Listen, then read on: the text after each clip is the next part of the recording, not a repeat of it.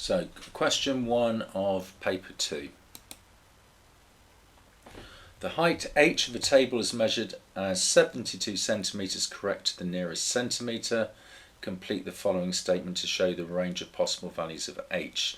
So what's the biggest h could be that would still round down to 72, and what's the smallest it could be and round up to 72?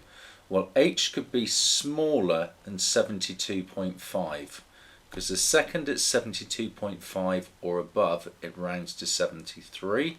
So this number here is going to be 72.5 because h has got to be less than 72.5, and the lower bound is going to be greater than or equal to 71.5 because at 71.5 exactly it will round up to 72. Question 2, part A. So it's claw, claw, claw, claw. So with the x, we've got to multiply both terms in the second bracket, then move on to the -3. We've again got to multiply both terms in the second bracket. So starting off with the x times x is x squared, x times plus 5 is plus 5x, then moving on to the -3, -3 times x is -3x, and -3 times plus 5 is -15. So we've now expanded, we've got rid of the brackets, but we now have to simplify and gather like terms. So we gather up the x squareds, we gather up the x's, and we gather up the normal numbers. So the only x squareds and normal numbers we have are the x squared and the -15. So the only terms we can gather are the x's in the middle. Plus 5x minus 3x is plus 2x. So x squared plus 2x minus 15. So part B, we've got to solve this quadratic equation where we've got some x squared, some x's, and some normal numbers equaling 0. So you've got to learn that the approach to solve one of these quadratic equations is to first of all factorise the left hand side. So we're going to be popping it into a pair of brackets where the first term in each bracket is going to be an x, because an x times an x gives us an x squared. Now again, you've just got to learn this process. Our two magic numbers here, when you multiply them together, you're going to get the -9. So as a side working, write down multiplied equals the -9. So that's the term, the normal number term. But at the same time, these magic numbers have to add to be the coefficient of the x, so the +8. So you've got to learn that. Now, what two numbers, on the one hand, when you multiply them, you get -9. But on the other hand, when you add them, you get 8. Now your thought process has got to be to focus on the multiplying one. How can we multiply two whole numbers together and get 9? The only way we can do that is 1 times 9. So the numerical numbers are going to be 1 and 9, and then it's just a question where we attach the minus. Now when you multiply it, in order to get a minus, one of them's got to be a plus, one of them's got to be a minus. A happy times a sad gives us a sad. So we know there's going to be one minus, so the minus could either be here or here. But when we add these numbers together, we've got to get +8. So the minus has got to be here, because -1 add 9 is +8. So these are our magic numbers, because when you multiply them together, you get -9. But when you add them together, you get +8. So our completely factorised left-hand side is x minus 1 multiplied by x plus 9. Now the second step, having factorised it, is to solve it. Now that's easy. We've got a couple of brackets being multiplied together to equal 0. So one of these brackets in turn has to be 0, because 0 times whatever is 0. So how would we make this first bracket 0? Well, x would be 1, because 1 take away 1 is nothing. Nothing times whatever is nothing. So to make the first bracket 0, x has to be +1. And then alternatively, how do we make the second bracket 0? X has got to be -9. So our two solutions are x equaling 1 and x equaling -9. If you substitute both of these in turn back into this, you will indeed get 0. So really important that you appreciate when you get a quadratic equation to solve, you go down the process of factorising. Do not, as many people do, think, well, we add 9 to both sides and take it from there. That's just rubbish. You've got to factorise to start with. Question 3. So we've got to rationalise the denominator and give your answer in its simplified form. So to rationalise something like this, your final answer is allowed to comprise surds in the numerator but can't have any surds in the denominator. So first things first, we've got to multiply out this pair of brackets in the numerator. So it's just the claw. So we're going to do 4 times both the terms in the second bracket. Then we're going to move on to the plus 2 root 2 and multiply that by both terms in the second bracket. So we're going to do the 4 times both terms in the second bracket, then the plus root 2 times both terms in the second bracket. So 4 times 4 is 16. 4 times minus root 2 is a minus, because the happy times are sad. So that's going to be minus 4 lots of root 2. Then moving on to the plus root 2 times 4. Well, that's plus 4 lots of root 2. Then finally moving on to plus root 2 times minus root 2. Well, that's a minus root 4. But root 4 is indeed 2. So that's not so it's minusing root 4, which is indeed minusing 2.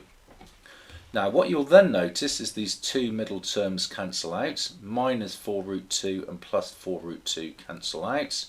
So we're left with 16 take away 2 in the numerator and still our root 7 in the denominator. So just having multiplied out the pair of brackets, we get 16 minus 2, which is 14 over root 7. Now this has got to be rationalised. Now the next step you've just got to learn, how do you rationalise a fraction when the denominator is root 7? Well, you choose to multiply top and bottom by the root 7. So multiply top and bottom by root 7. So that gives us top times top, bottom times bottom, quite Elsie. So 14 times root 7, which is 14 root 7. And root 7 times root 7 is root 49, which is indeed 7. So we've got 14 times root 7 all over 7. Now 14 divided by 7 is 2, so that's 2 lots of root 7. Question 4. Now the reciprocal of 7 just means 1 over 7. Reciprocal of 3 would be 1 over 3. So that's just learning the definition of what a reciprocal is. Now evaluating 5 to the power of minus 3, well this is a calculator paper, so you can just simply put that into your calculator. So that's 1 over 125. Now part C, to calculate this, again it's a calculator paper, so there is a strategy for doing this in a non-calc, but we won't worry about that here. So just simply pop this into your calculator as is and you get 60 million. Now given we've got to give our answer in standard form, you've got to remember how to convert from a normal number to a standard form number. Now maybe the calculator does this automatically, but if it doesn't, I'll just talk you through this. So remember with standard form, the first number must always be between 1 and 10. So where would we put a decimal point here to get a number between 1 and 10? Well, it would be between the 6 and the 0, giving us 6. So 6 times 10 to the something. Now because this is a big number, the power is going to be a plus number. And then you just consider the number of hops to move the decimal point from where it is to start with, which is after the final naught, to between the 6 and the 0 to give us 6. So how many hops is that? 1, 2, 3, 4, 5, 6, 7. So 60 million is the same thing as 6 times 10 to the 7. Question 5. Now part A, anything to the power of 0 is 1. So that's going to be 1. Now for part B, you've got to be ever so careful because we know the answer. We've just got to show it's the case. So we've got to work through it step by step. So we've got 16 over 9 to the power of minus 3 over 2. Now to sort out the minors, if you like, we have to flip the fraction over. So 16 over 9 to the power of minus 3 over 2, flipping the fraction over, is the same thing as 9 over 16, but now to the power of 3 over 2. Now from this point, we need to first of all cube root to sort out the denominator, and then cube to sort out the numerator. So the denominator makes it smaller, the numerator makes it bigger. So let's start off by square rooting top and bottom to sort out this 2. So square root of 9 is 3, square root of 16 is 4. So that sorts out the 2. But that still leaves us to do the cubing. So we now have to do 3 cubed, which is 3 times 3 times 3, which is 27, and 4 cubed, which is 4 times 4 times 4, which is 64. So we have now shown that that equals that. Question 6. So really this question is all about understanding what's going on with the graph. So let's just read what it says. A water company charges customers a fixed standing charge plus an additional cost for the amount of water in cubic meters used. The graph shows information about the total cost charged. So along the bottom we've got the amount of cubic meters of water being used, so that's the volume of water being used, and going up here we've got the total cost. Now the standing charge is the amount you used even if you don't use any water whatsoever. So if we use 0 amounts of water, how much are the water company going to charge us anyway? So we've got to read off this reading on the y-axis here. So that is £14. It's 2 squares up between the 10 and the 20, and because there's 5 little squares in between, we're going up in 2s. Now for part B, we've got to work out the additional cost for each cubic metre of water used. So really we've just got to go and take any sensible triangle here and see how much the cost goes up for the amount of water used. So I've gone and chosen to do a triangle comprising a base of 10, so 10 metres cubed being used. So if I go along 10 baby squares, how many squares do I go up, or how much cost do I go up? Well, if I go along 10, so between 30 and 40, I'm going up between 50 and 62, is 6 baby squares, so that's £12. So 10 metres cubed leads to a £12 increase in price. So work out the additional cost for each cubic metre, so divide both of these by 10. I can see for every 1 metre along, 1 metre cubed along, I go up £1.20. So don't just go along one baby square, because you're just not going to be able to read it accurately. You need to go and take a sensible triangle and then see for every cubic metre used, how much does your cost increase. Question 7. So on the grid below, show by shading the region defined by these inequalities. So you've got to start off by drawing the 3 lines. X plus y equals 5, x equals minus 2, and y equals 1. Now because these are less than or greater than, does none of them include equals, these lines should all be dotted lines. You only make them solid lines if the inequalities include the equals sign. So let's think about the line x plus y equals 5. So when we add our 2 coordinates together, the x coordinate and the y coordinate, they have to equal 5. So for example, the coordinate 5, 0 or the coordinate 0, 5, because each time the x coordinate plus the y coordinate equals 5. So these are all straight lines, so I only need a couple of points to be able to draw my straight line. So if I go and draw the coordinates 5, 0 and 0, 5, join them together with a dotted straight line, I get that blue dotted line there. Now drawing in my line where the x coordinate consistently equals minus 2. Well, be careful, that is not parallel to the x-axis. The line x equals minus 2 is this vertical line down through minus 2. Think about any coordinates on this line. For example, minus 2, 0, minus 2, 1, minus 2, 2. All these points here consistently have an x coordinate of minus 2. So that vertical line is the line x equals minus 2. Similarly, to draw in the line y equals 1, that is the horizontal line through 1, because all the coordinates on this line here would have the y coordinate being 1. For example, 3, 1, or 4, 1, or 5, 1, or 6, 1. So that is the line y equals 1. Now, as an exam strategy, the trapped area 99 times out of 100 is always going to be the trapped area in between. It's hugely unlikely it's going to be one of the outside areas. So if you are short for time, just assume it's this triangle trapped by the three lines. But just go and prove it. Just go and find a point that's in that line and check it satisfies all three equations. So for example, let's take the point 0, 3. When x equals 0, y equals 3.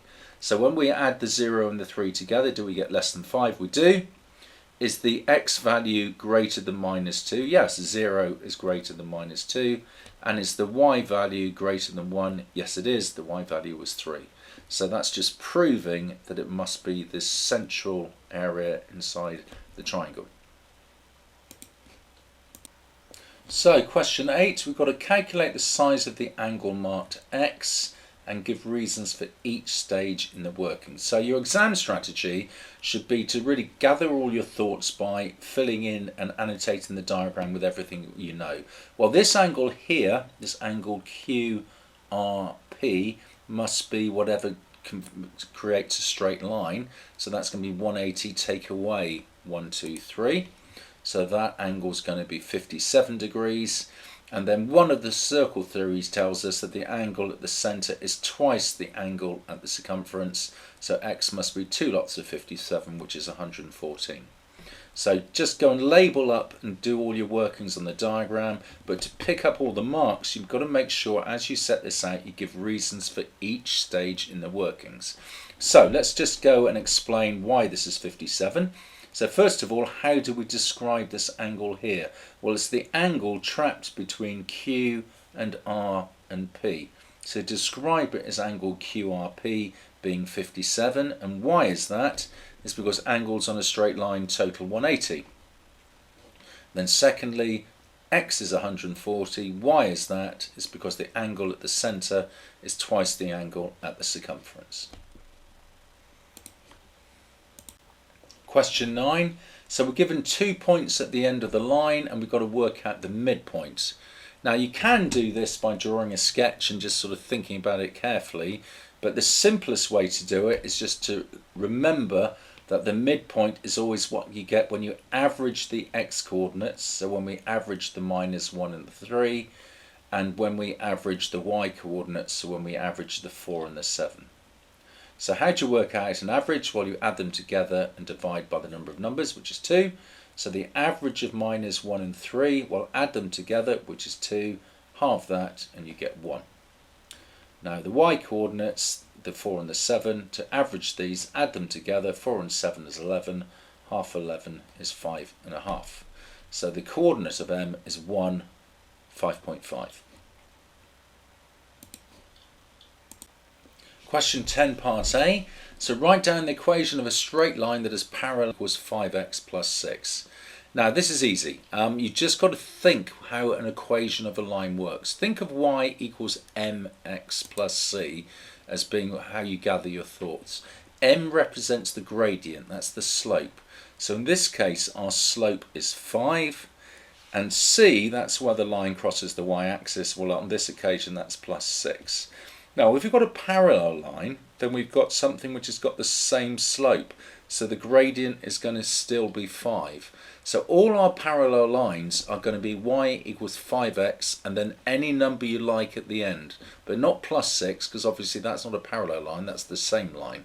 So any number on the end you could have put. So I've gone for plus 4, but you could do plus 2, you could do plus 100, you could do -8, it doesn't matter.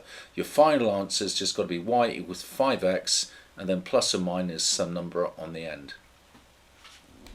Now for part B, find an equation of the line that is perpendicular to y equals 5x plus 6 and passes through this particular point -2, 5. Now this is trickier, this is sort of not far off A level, but it's a nice challenging topic. So let's just do this bit by bit. So first things first, if you've got a perpendicular line, so it's at 90 degrees to the other line, how do you work out the gradient? How do you work out the slope? Well, you've just got to learn that really you take the gradient of the perpendicular line and flip it over and change the sign. So here we've got a gradient of 5. So that's, think of 5 as being 5 over 1. So when we flip that over and change the sign, we get, rather than 5 over 1, we now get 1 over 5.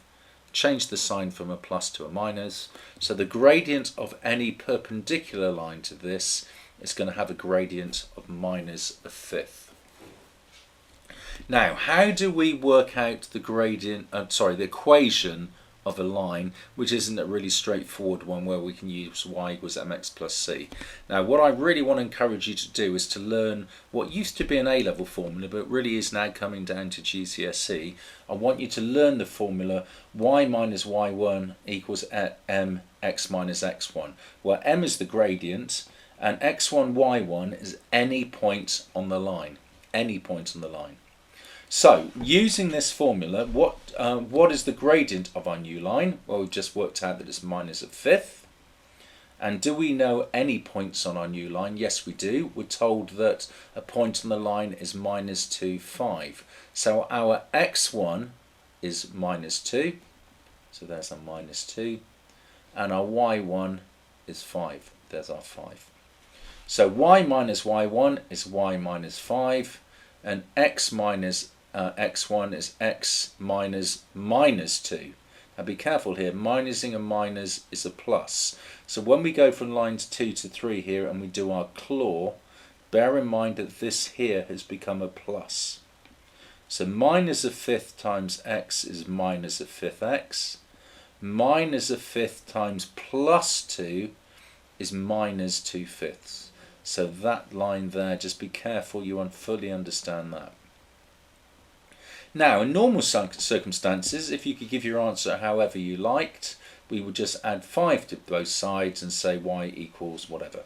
But on this particular occasion, we're being asked to give your answer in the form of ax plus by equals c, where a, b and c are integers. So a, b and c are all whole numbers. So we don't want to be dealing in fractions, so it makes a lot of sense at this stage to undo these fifths to choose to multiply everything by 5. So on the left hand side, multiplying both of these terms by 5, we get 5y minus 25, and multiplying both these terms on the right by 5, we get minus an x and minus 2. So we get to this stage here. Now, following how we had to give our answers, we need our x's, then our y's equaling our normal numbers.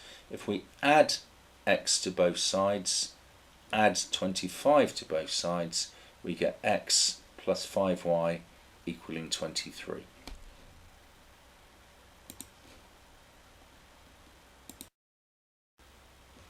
(11a). So the expression x squared minus 10x plus 31 can be written in this format here.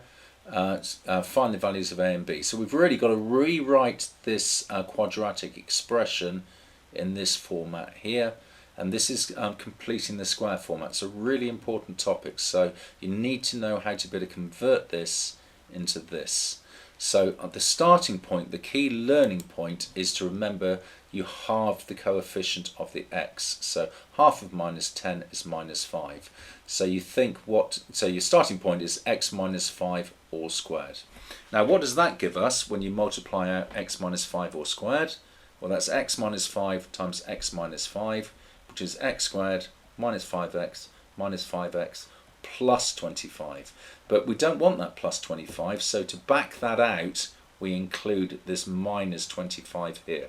So it's really important you appreciate that all of this along here, so the x minus 5 all squared minus 25, that together is the same as x squared minus 10x.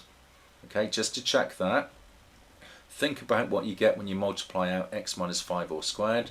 You get x squared minus 10x plus 25, but if we then take away that 25, we just have the x squared minus 10x. And then we have the plus 31. So gather together these two bits here, we get x minus 5 all squared plus 6. So then going back to here, we were being told that we're minusing whatever a is. So we're minusing whatever a is, so a is 5, and then b is the bit that we're adding on, so that's the plus 6. Part B. So that we're told that the equation of the curve y equals f of x is this. Here's the drawing, work out the minimum point. Now really all we're doing here, we're just appreciating one of the benefits we get from being able to complete the square. Now this equation here is the same as in part A. So this curve here can be thought of being y equals x minus 5 all squared plus 6. So how would you work out the minimum point here? Now think about the minimum point. The minimum point, we have the minimum y value. So we've got y equaling this. We want to make this as small as possible. Now when you want to make something as small as possible and you're squaring it, when you square anything, the smallest thing you can ever get is 0. Because think of any positive number that you square, say 3 times 3, that's 9. But think about a negative number when you square it. Minus 3 times minus 3 is plus 9. So if we want to make anything as small as possible when we're squaring it, the smallest it can be is 0. So how would we make this bit here 0? Well, x would have to be 5. And then when x is 5, what y value do we get? Well, we get 5 take away 5, which is nothing squared. Nothing add 6 is 6. So when x is 5, y equals 6. So in short, if you've completed the square, it's ever so quick to work out what the minimum point would be. The x value is whatever would make the bracket 0, which is 5. And then what y value comes from that? Well, when x is 5, so all of that 0, the y value you get is 6. Question 12. So we've got to, for each of these graphs, we've got to find which equation would be appropriate. So y equals x squared minus 7. Well, you've got to appreciate that an x squared graph is one of those positive parabolas. That's sort of a smiley face graph. So that's going to be graph B. And then here we've got to think about y equals mx plus c. This is just written the other way around. So this is really y equals minus 2x plus 3. So it's going to be a straight line with a negative gradient crossing the y-axis at a positive value. So that's going to be graph D. Now graph, this one here is going to have y equals mx plus c. It's going to have a positive gradient crossing at plus 3. So that's graph A. And that just leaves us with this reciprocal graph here, which is going to be graph C. So straight line positive gradient, straight line negative gradient, positive parabola x squared, and this is the remaining one. Question 13. So the key learning point with histograms is that frequency equals the area of each of these bars. So each of these rectangles has got to equal this area. So this is a very nice and straightforward one. So let's just take this first row here. We're being told that when the time goes between 0 and 20, so when our base is 20, we need to have an area of 20 because our frequency is 20. So the base is 20, the height has got to be 1 because 20 times 1 equals 20. So straight away we can fill in our scale here. That's got to be 1, so that's 2, that's 3, that's 4, that's 5. Once we've got that scale filled in, it's really easy to answer part A and part B. So for part A, you use the histogram to complete the table. So that from 30 to 40, we've got a base of 10, we've got a height of 4.5, 10 times 4.5 is 45. And then for 40 to 60, we've got a base of 20, a height of 3, 20 times 3 is 60. Part B, use the table to complete the histogram. So going from 20 to 30, we need to have an area of 30. We've got a base of 10 going from 20 to 30. So 10 times 3 is 30. So we've got to have a height of 3. And then over here, going from 60 to 100, we've got to have an area of 48. Well, our base is 40. So 40 times what is going to give us 48? Well, that's got to be 1.2 because I've done 48 divided by 40.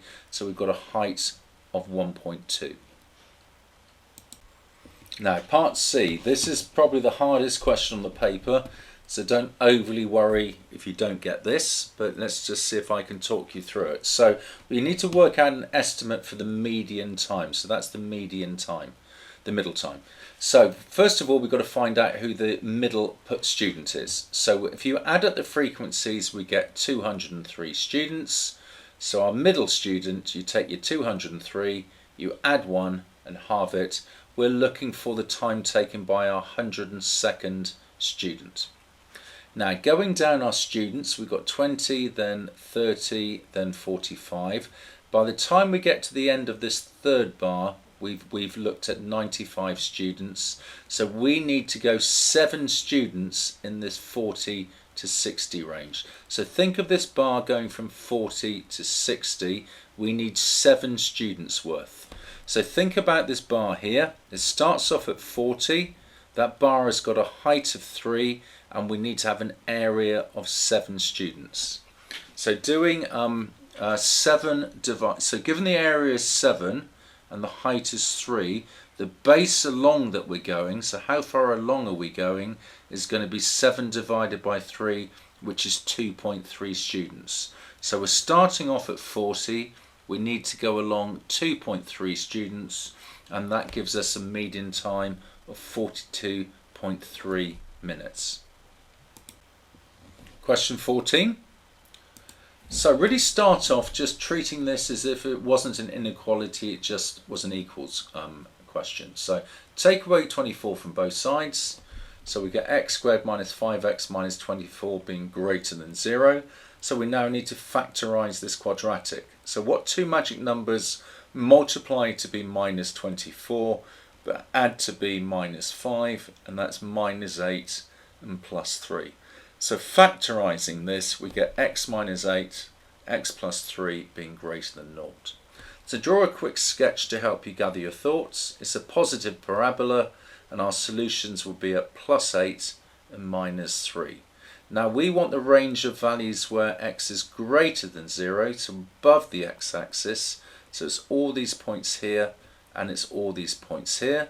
So it's the set of points where x is less than minus 3, and also the set of points where x is greater than 8. It's 2 separate stretches of points, so 2 separate inequalities as your answer. Question 15. So we've got to make A the subject here, and it's quite tricky because A crops up in the question twice. So step 1, given we've got an algebraic fraction here, we want to undo this fraction, we want to get this all onto the same level, so choose to multiply both sides by 4 minus A. So we've got P times 4 minus A equaling 3A plus 5. Then multiply out the bracket, so we've got 4P minus AP on the left equaling our 3A plus 5. Now we need to make A the subject, so we need to get all the terms with A on one side and all the terms without A on the other. Now trying to keep everything as positive as possible, it was easier at this stage to choose to take all our terms with A to the right hand side. So I've added AP to both sides, and I've taken away 5 from both sides to give me this. So I've achieved my first objective. I've got all my terms without an A on the left and all my terms with an A on the right. Now from at that point I can choose to factorize the right hand side, and this is the key step because I've now got just A cropping up in the question once. So it's twice here, twice here, twice here, but now because I've factorized, we've isolated A is on its own. So once I've got here, just to make it A the subject, I choose to undo this timesing by 3 plus P by dividing both sides by 3 plus P. So A equals 4P minus 5 all over 3 plus P. Question 16. Now this is just 3D similarity. It's not as bad as it looks. So just really as a side working, just go and gather your thoughts on all the ratios.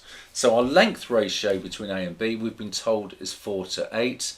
Simplifying that, we get 1 to 2. So that's our length ratio. So now our area ratio, that's 2-dimensional, is going to be what we get when we square the length ratio. So 1 squared to 2 squared, so 1 to 4. And our volume ratio is what we get when we cube our length ratio.